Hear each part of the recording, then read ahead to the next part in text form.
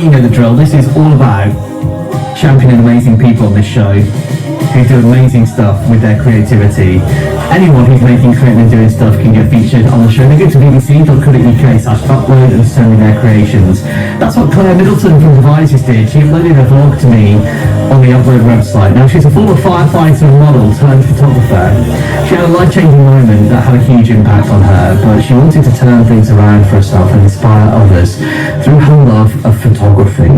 She started her photography YouTube channel called Claire's School of Photography, and in this vlog that she uploaded to us from that website, from her YouTube channel, she talks about how she's trying to push her style of photography using a D3 camera, all while on her travels in Portugal. We'll speak to Claire in just a moment, but first, take a listen to this vlog from her. Hi, welcome to the D3 Diaries road trip. This is the first proper vlog. I guess I've, sitting in front of the camera. Feels weird actually. It's been a while since I faced the vlogging camera and set out to talk a little bit. Because I have been really enjoying the photography and just capturing everything in sight on this trip, and we've driven from the UK down to Portugal now. That's where we are, and I'm sitting in this stunning villa. You can probably hear the birds behind, all around, all in the trees. It's absolutely beautiful, and I want to share quite a lot about the personal journey that it's been for me and is how that's serving me. I'm just hoping the people in the villa next door can't hear. It makes me a little bit self-conscious. Do you know what I mean? But first of all, I just want to talk a little bit about capturing a place, and I think it was really interesting the other day because we were out and about and there were loads of people standing taking a picture over the wall, as was I at one point, of the beautiful sea and the rocks in the sea and just the scenery, and it was like one of those viewing points, and that was the normal thing, to be standing there taking a picture of Portugal, and just the beauty. And I got some really funny looks from people when I started photographing the ground that we were walking on, the cobbly, quirky stone floor, and I just felt like really homing in on these details that make Portugal Portugal. And like, for example, this floor was something I've never ever seen anywhere else, and I think the little details that can very often be missed when capturing a place are the actual things, the very things that make that place that place. Yeah, the beautiful shutters and the doors and all of those things I've been trying to capture in a bit of a different way as well, because I've always, mostly because I shoot people, I'm used to using quite a shallow depth of field and having a lot of depth in my photography, but I wanted to try something different with very flat photography, if you like. So just capturing something from completely parallel, like if you're shooting a building, just shooting the building parallel is quite tricky if you're in a low viewpoint, because then you end up with perspective issues, which you then have to kind of alter in the editing. So I was trying to get to the right viewpoint where I could capture the buildings and things that show this kind of backstreet Portugal places, but with this very kind of flat look, and I've been really enjoying that because it's so different to anything I usually do. So yeah, I've been really trying to think outside the box and shoot in a different way to what I usually do, and look beyond the obvious. And I've really been enjoying the D3, the D800, my infrared camera, and I'm going to talk about the infrared photography in a completely different video, because it's just a whole world of its own, and I've absolutely loved it this holiday. And like, the brighter the sun, the better really for infrared. So that's been fantastic. So stay tuned for that. So much photography to share with you, my personal journey, my everything that's going on alongside this as well. I just think it's really valuable because the experiences we have in life, I think so often someone else is resonating on that exact level somewhere in the world. There'll be somebody feeling the way you're feeling or going through a similar thing in their life, and so I just want to share all of that. So please stay tuned for the D3 Diaries road trip photography. There's going to be loads of it, absolutely loads. By the time you're watching this, I will be back at home editing like crazy to get all this photography out and get my messages out really. So looking a little bit deeper, seeing things from a different perspective, and just enjoying every moment of this beautiful place. I'll see you soon. Bye. BBC Upload. Wow, just brilliant to hear just a slice of that trip of Claire being out in Portugal with her camera. Claire, thank you so much for uploading that. Tell us a bit more about what it is that happened to you that meant that you couldn't even lift your camera. Let's start with that if we can. Oh yeah, sure. So that was in 2013. I had a car accident. I was hit from behind, and my car was written off. And yeah, I had a neck injury that meant that I couldn't lift my camera for about 9 months. And that, of course, for you as a photographer, would have been absolutely devastating to be told that, you know, you can't do the thing that you want to do, all because of a real bad chance accident, I suppose. Yeah, it was. I think at the time, the thing that I was just homing in on was that I was so grateful that my son wasn't in the back of the car, because the damage to the car meant that the back seats were destroyed. So it was quite an accident, and yeah, I was just so grateful that he wasn't there with me. But yeah, it was awful not being able to do the creative thing that I loved. But the crazy thing is that because I couldn't lift my camera, but I still wanted to do something creative, one day I picked up a paintbrush and just discovered I could paint. Literally because I couldn't lift my camera, so that was an absolute blessing that came out of that. Yeah, and I suppose that's part of it, isn't it? Is that, you know, when people are given any sort of restrictions, whether that's because of, you know, much like you mentioned, it was impossible for you to lift your camera and do photography in the way that you wanted, or whether it's sort of placing some creative restrictions on you in other ways, sometimes it sort of channels your creativity in a way that you least expect it. And for you to now be able to say, not only are you a photographer, you're also a painter too, as a result of that, I suppose, like you say, it is a blessing in one way. Yeah, it really was. And I realise now that the day that I had the accident, I was actually going in completely the wrong direction for my career, and it almost took stopping to see that. And I went on this sort of journey inwards, I guess, painting through. I painted a lot of military art, and I was kind of if you like, I was sort of painting through the pain, painting it out of me, and this whole kind of transformation took place as I was painting all my emotion and all of the trauma out, and I just kind of emerged quite different at the end of it. These sort of things can be life-changing, can't they, and offer such a different perspective on where you are in life.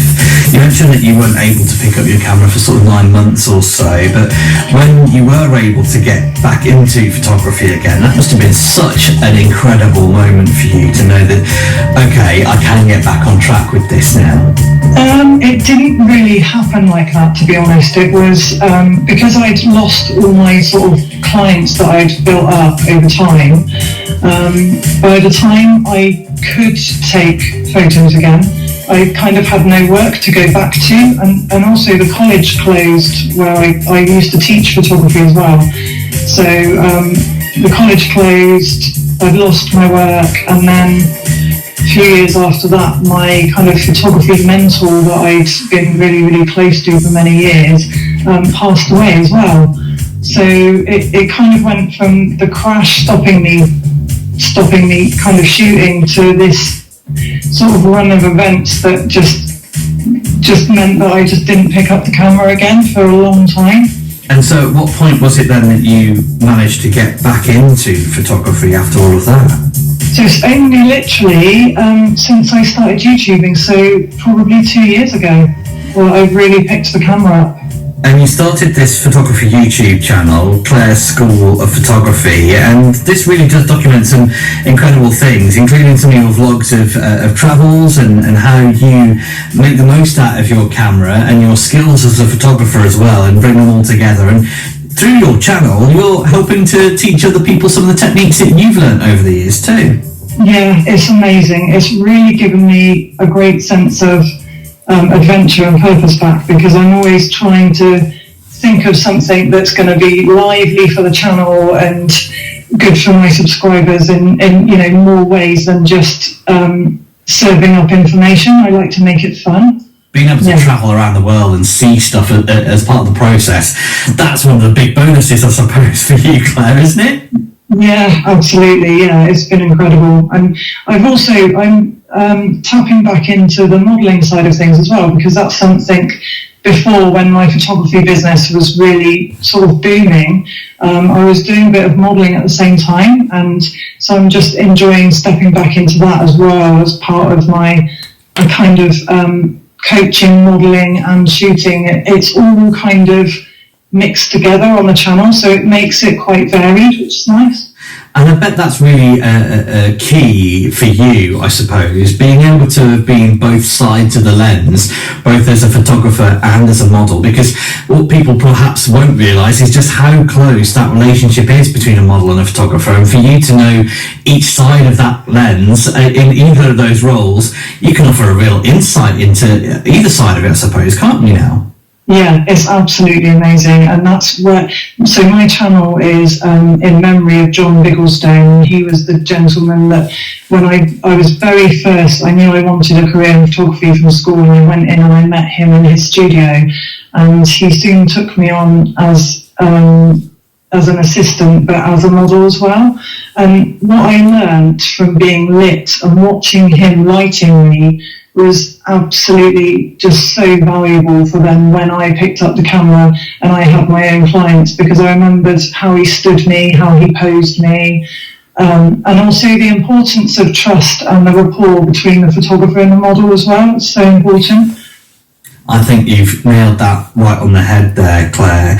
That relationship is so key and so important, and how great it is for you almost to sort of honour John in the way that he helped mentor and coach you in those sort of moments, for you to be able to pass that information on again. It's sort of like you're keeping the memory of him alive through what you do now.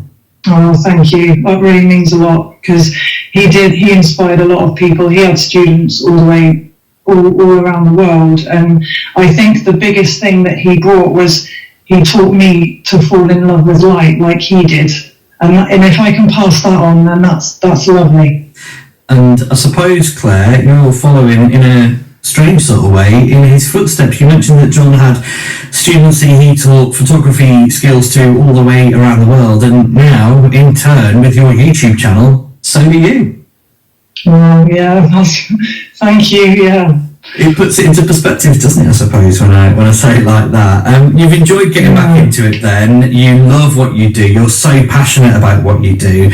What do you think has been the best part for you about getting back on track, back into the world of photography and modelling again?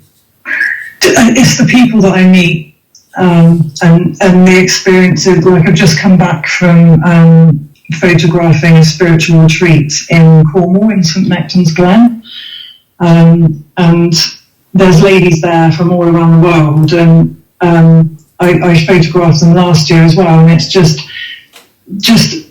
making friends worldwide and then getting to see them again and getting to work with them again is a privilege, because I know from the point of view of a model what it's like to be captured and what's important from a lady's point of view, and being vulnerable as well. And when somebody is vulnerable with you and they allow you in that, like that, in that way, to capture them, you know, it's really, really special. I bet. And you mentioned, of course, that you've been and captured these incredible women in their spiritual retreat in Cornwall. You've, of course, captured scenes in Portugal in the vlog that we've just heard. You must have done so many varied photography shoots over the years that you've been sort of signed up to go and shoot. What's been one of the most unusual things that you've captured with your lens, Claire? It's probably actually what comes to mind is in London Fashion Week, I walked a catwalk. So basically, I got this ticket to go to this London fashion show, and I'd completely forgotten I had this ticket on my phone, and I had it there for months. And then one day I was literally out in the car with my son, and I remembered, I thought, it's Fashion Week, I better just check that ticket. And the ticket was actually to be in the audience. So I looked at the ticket. Sure enough, it was for that day. And so I said to Josh, we've got to go home, mate. I've got to go to London. So I took him home, made him some tea, and then jumped in the car. And I kind of dashed into the bedroom, got my camera, got dressed, wore some heels, was driving there. And I was thinking, I don't belong in the audience.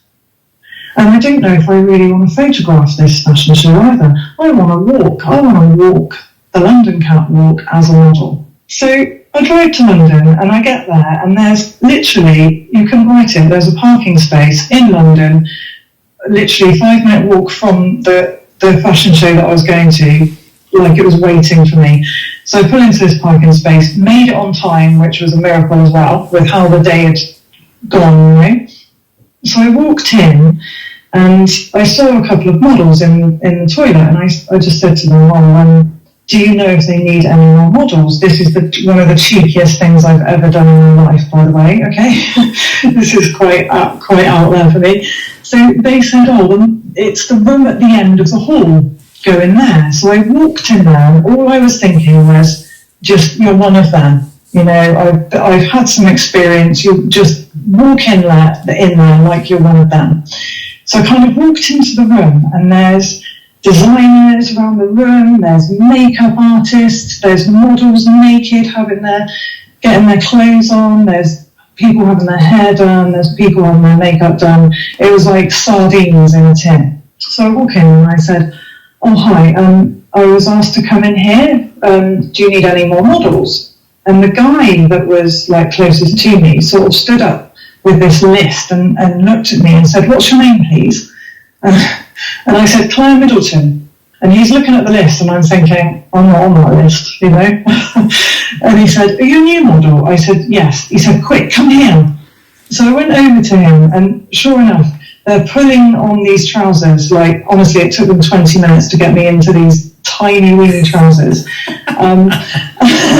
Him and his mum, it was so funny, and I'm just thinking, this is my one chance, I have to get into these trousers. So I was kind of like breathing in, going, no, do it now. And then I end up standing in like this sort of queue of models to go out to walk the catwalk, and I sort of thought that I would be following the other models out there, and just copying what they do. And as I'm in the queue, I realised that I was going to be going out on my own, and I would have the whole catwalk to myself. And I started to get really, a little bit worried. But I stood there kind of, acting as if you like. And so I just casually turned to the guy next to me, trying not to blow me under cover, and I just say, what are you going to do at the end of the catwalk? What poses are you going to do? So he kind of does this little impression of what he's going to do. And I said, so what do you reckon I should do?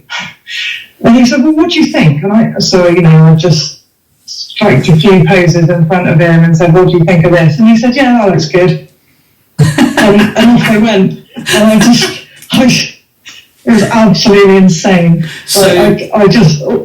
A job that you never really thought that you were going to go and shoot, you ended up actually walking the catwalk for. Incredible. Absolutely, yeah. And do you know what? When I came off the catwalk, my legs were jelly. But I actually picked up the camera. And ended up shooting the other models, a few of the other models that were there, and made some contacts. And I've kept in touch with the gentleman from Planet Zero Motorsports, and I looked online up the next day and saw that the gentleman that I was walking for was award-winning fashion designer in New York, and it's just like, wow, what did I just do? It just goes to show, if you go into places and situations with all the confidence that you're supposed to be there, Claire, you can make it happen for yourself, can't you? That's incredible. Yeah. So, Claire, the big question, what's next for you? You've got this incredible YouTube channel. You're back on the sort of path that you've always wanted to do with your photography and your modelling. What's next for you? So one of the things I'd like to do is I've written some short stories, children's stories, and I'd like at some point to see them come to life, to bring the character to life.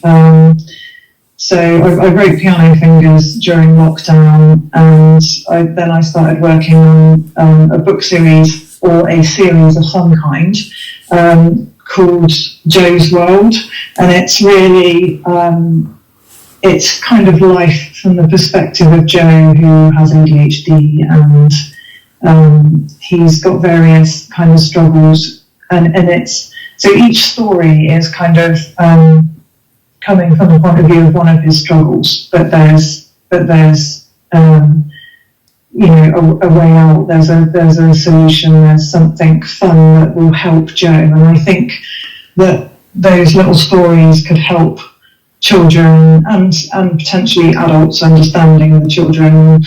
Yeah, so that's one of the things that I'd like to take forward in some way. Incredible. Absolutely incredible. It sounds like you've got things in all the right places at the moment, Claire. Keep up with the good work. If people want to find out a bit more about you, track your YouTube channel, of course, and perhaps find out a bit more about what comes next with those children's books that you've got underway, where can people follow you out online? Give us a big shout for your social media channels. Oh, thank you. So, yeah, on Instagram, it's Claire Middleton Piano Fingers, or School for Photography. Then I've got ClaireMiddletonPhotography.com is my website.